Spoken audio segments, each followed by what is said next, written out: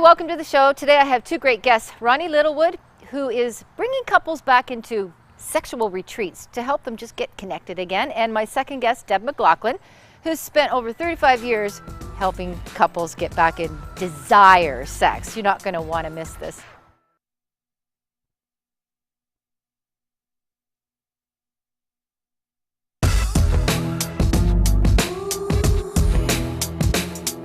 Hi, welcome back to the show, and today I have my guest, Ronnie Littlewood, who is into some healing, sexual healing with couples, and really specifically focusing on couples retreats, which is very interesting. I love it. Welcome to the show. Thank you for having me, Marianne. Yeah, so I'm curious about couples retreats. So what does that mean? Like, are they going away, taking their suitcase? Are they going to be, catered to? I would hope so. Okay. We have them in Sarnia, which is a lovely little tourist town. We're on Lake Huron, so they can pick a hotel.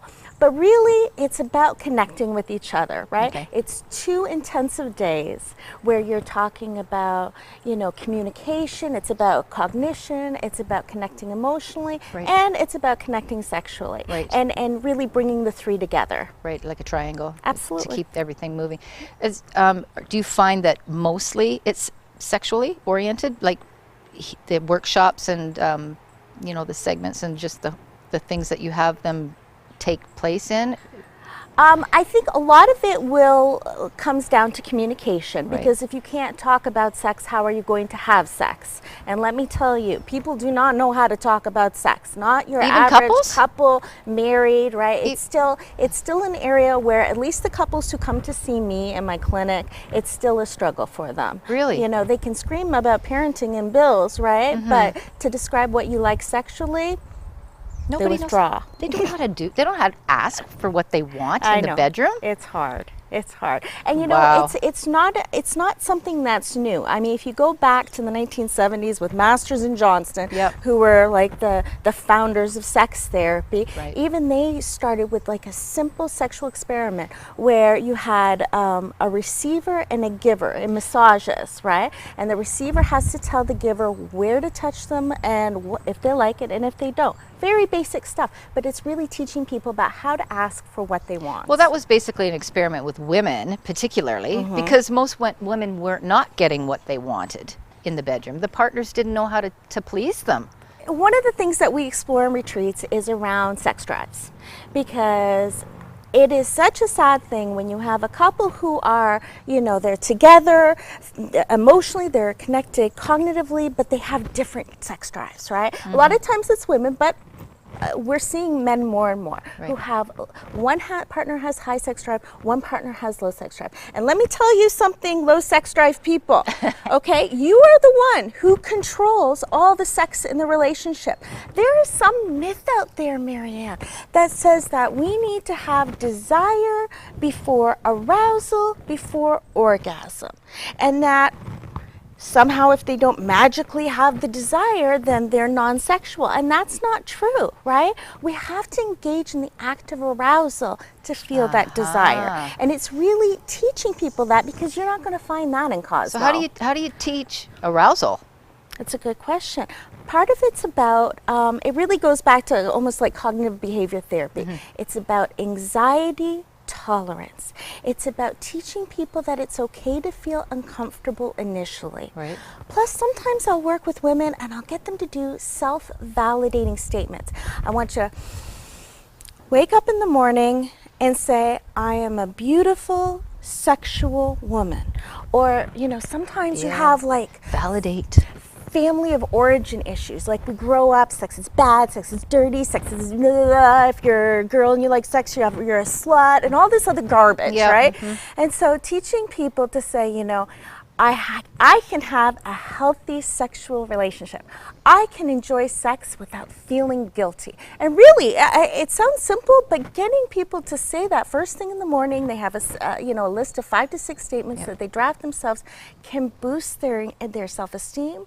It helps decrease that anxiety, and there's a more willingness to say, okay, I am going to engage in some arousal behavior even if I'm not feeling the desire initially. So, for instance, example, what would be some arousal behavior techniques to engage in? Well, like I said, the massage is a good one. Sometimes, What about if talking people, about it? well, again, it's a where are people's comfort zone? Absolutely. You ask some people, right? That's right up my alley. But some people, the idea of using words with the sexual content might make them withdraw. Yeah. So you have to bring them out slowly. You know, learning to shower again with your partner. There's a lot of people don't do that. You do it in the beginning because it's sexy and fun, but when you've got to be at work at 8 and you got to make lunch for the kids. Yeah.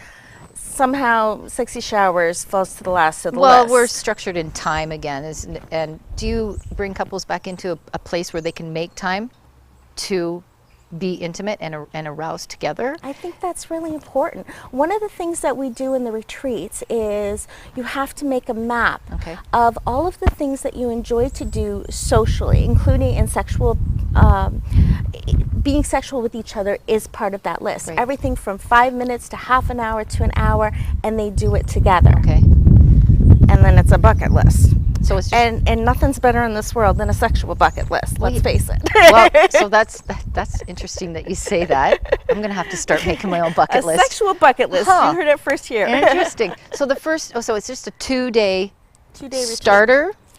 2-day retreat. It includes all your meals. You get your breakfast, your lunch. You get this amazing textbook. You get a workbook, and it's based on the principles of. I did some studying in Pittsburgh, Preventative Relationship Enhancement Program, which is actually it's the most widely researched and used marriage retreat in the world. Wow. Yeah,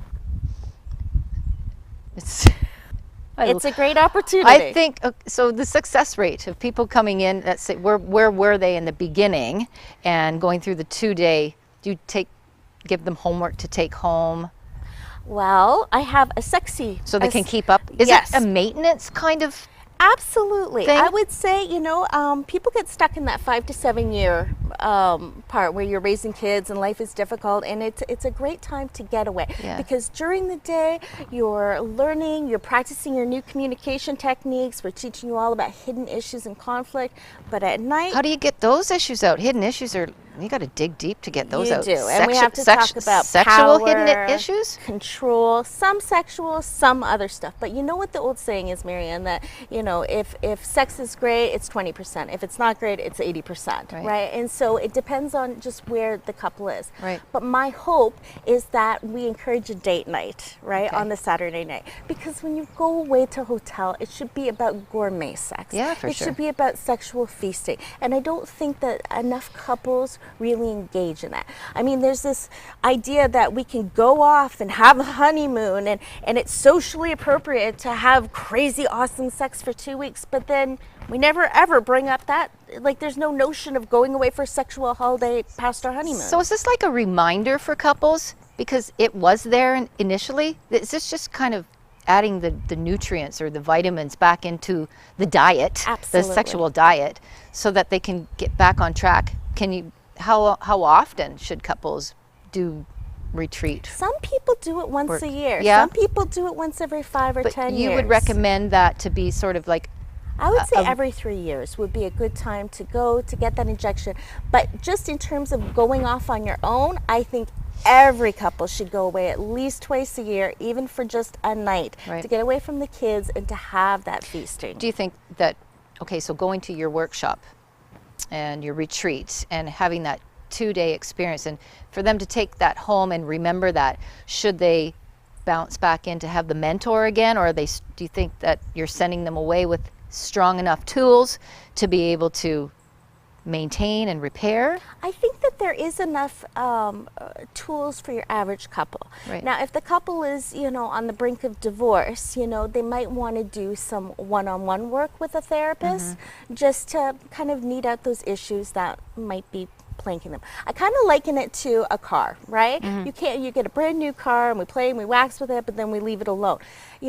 This is the tune-up that you need, right? And if I you're like it. actually out on the ditch, battery dead, tires off, it's going to need a tow truck to get you back on the road. Yeah, right. So you're the tow truck. That's great. I can be, yes. So, do you find it's always couples that are needing the tune-up and maintenance repair and the tow truck that they've gone through it's just year after year after year, it's just gotten worse and worse. So you get them at the brinking ditch place where they're in the ditch, or do you find that younger couples want to keep the maintenance right from the start? I mean, is it always at the tail end? No, absolutely Okay. not. But I've had people from who, you know, married 40 years. I've had people who are going to get married. So it's really where they are and how much they want to inject. I personally, I would love to go to a retreat because it's fun. Yeah, Right? yeah, You for learn sure. about playfulness. Well- You learn about love. Like one of the exercises we do is about love styles, right? So one of the things I learned about my husband is that he gets love through receiving gifts. How I didn't know that, I don't know. I get love by being built up, right? Right. So, and it wasn't until I did that exercise, even though I've been married 23 years, that I learned that about each other. Wow. So just the word retreat, it sounds exciting. Yeah. And I think rather than saying it's workshop, I think that the success rate or the openness of the mind when couples do jump into the retreat, they know that it's not going to be all about work. Right. You know, it's not like this sex therapy. Oh my God, we No. have to work on it. Somebody's going to have a clipboard in front of me. And And they don't have to share with other people. Yeah. There's lots of breakaway time where they can talk with each other and not in front of the crowd. This is an interesting topic. And there's so much that can go on with these retreats. I love your work. Thank you. I think it's commendable. And I think you should do week workshops Week or week workshops. retreats. Yeah. Okay. And I think it's great to have you here. And it was pretty awesome. Thank you. Yep. And I'll be staying in touch with you. We'll be right back.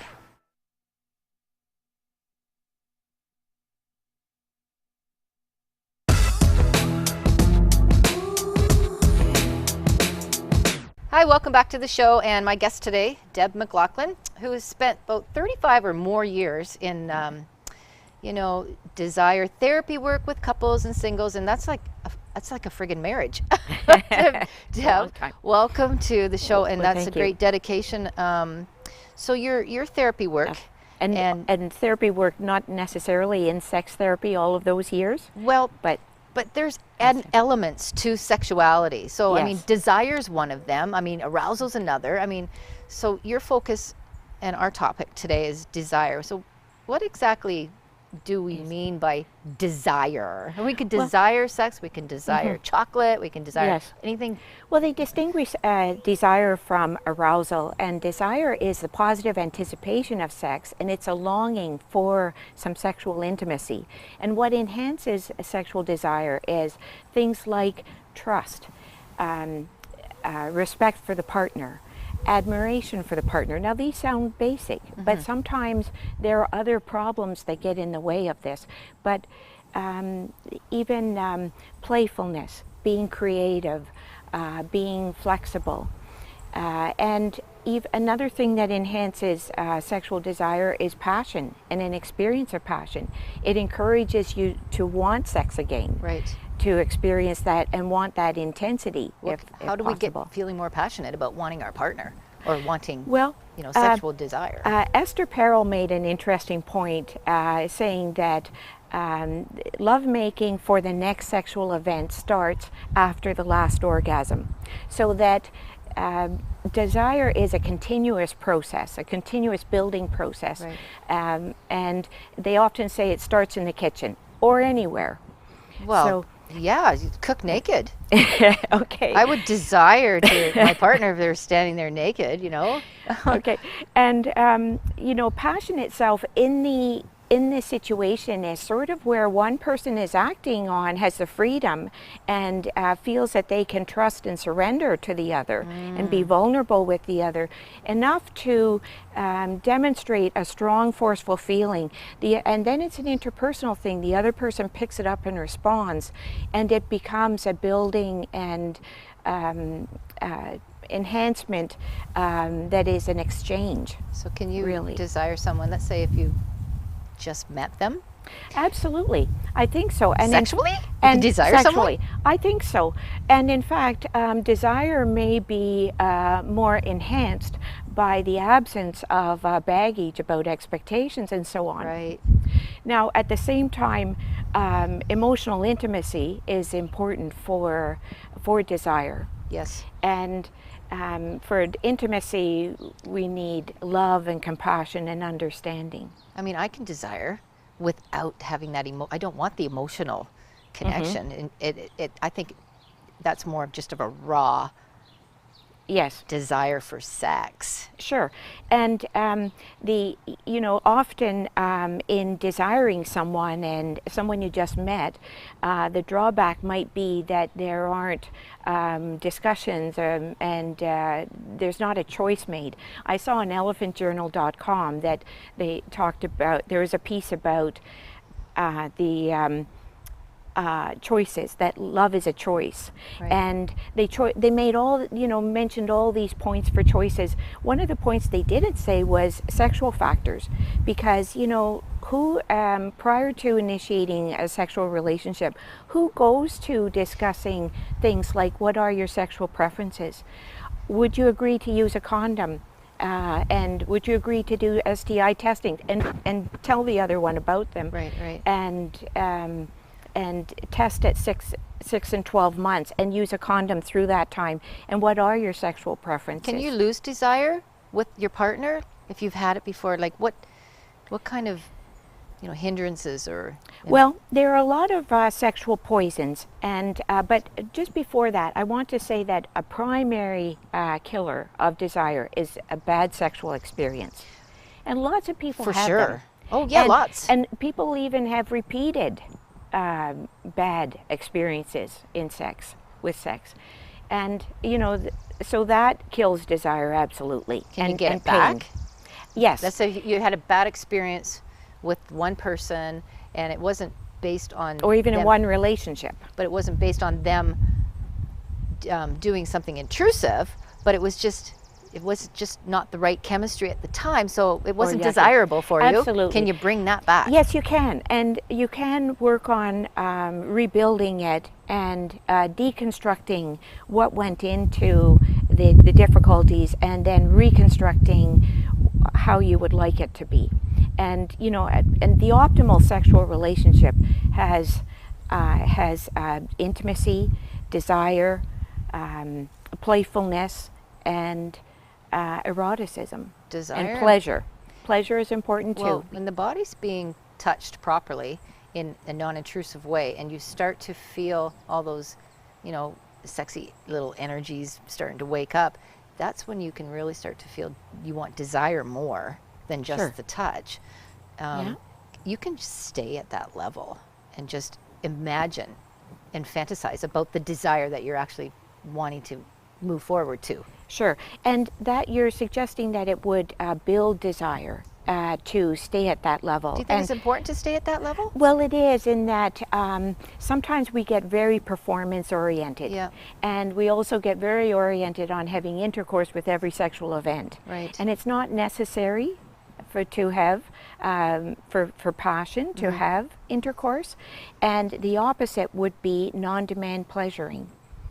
And non-demand pleasuring is basically taking it back to the touch and being playful, Right. and not being focused so much on performance. What else can impede on the whole place of desire? The whole, some sexual poisons that are mentioned by McCarthy's in Yeah. their book Rekindling Desire is about obsessive compulsive tendencies, anger and depression, and anxiety, inhibitions, so that, and guilt and shame. Well, those are all negative.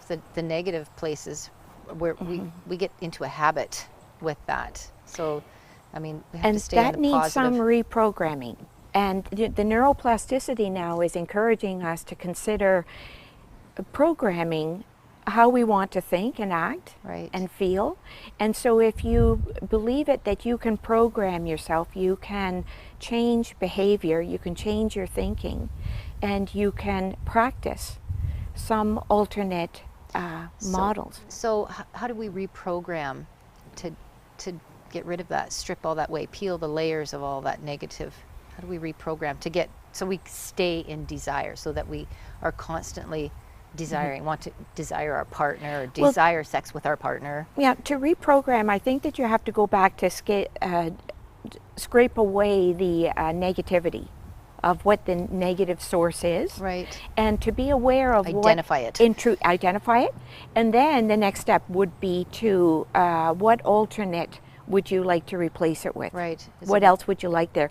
And then start constructing what you do want. Right.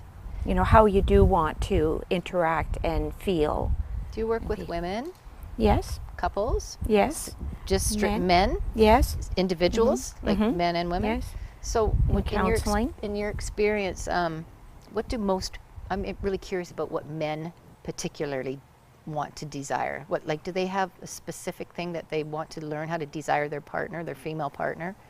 Well, Does it seem to be common? It might be something around understanding. Okay. And not understanding, not getting it. And people often want to go to problem solving. Right.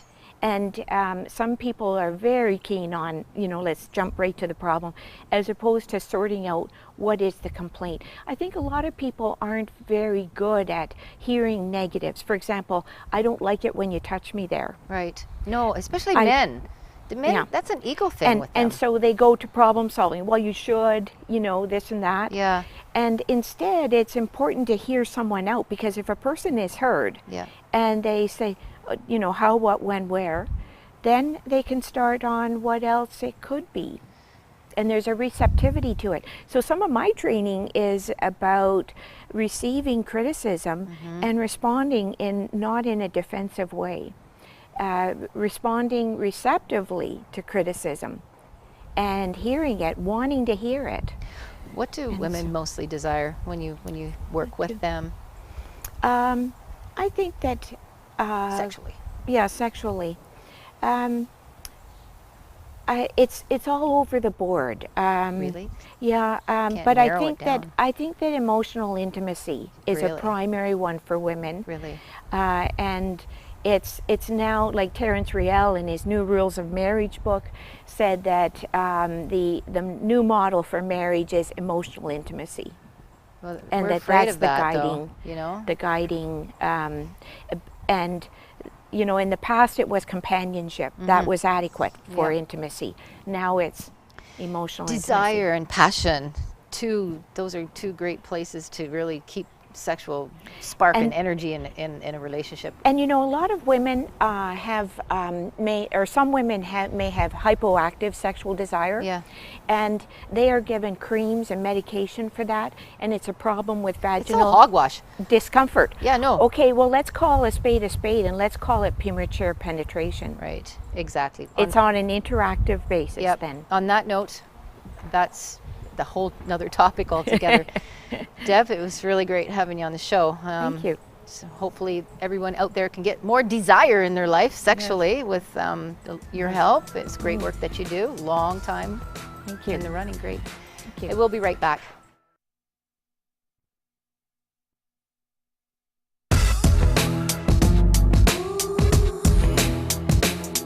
Thanks for watching the show today. It was great having my two guests on, Ronnie Littlewood and Deb McLachlin. If you have any questions that you want to specifically know about these two topics I had on today, you can email me directly at SexWithDrZen@gmail.com. We'll see you soon.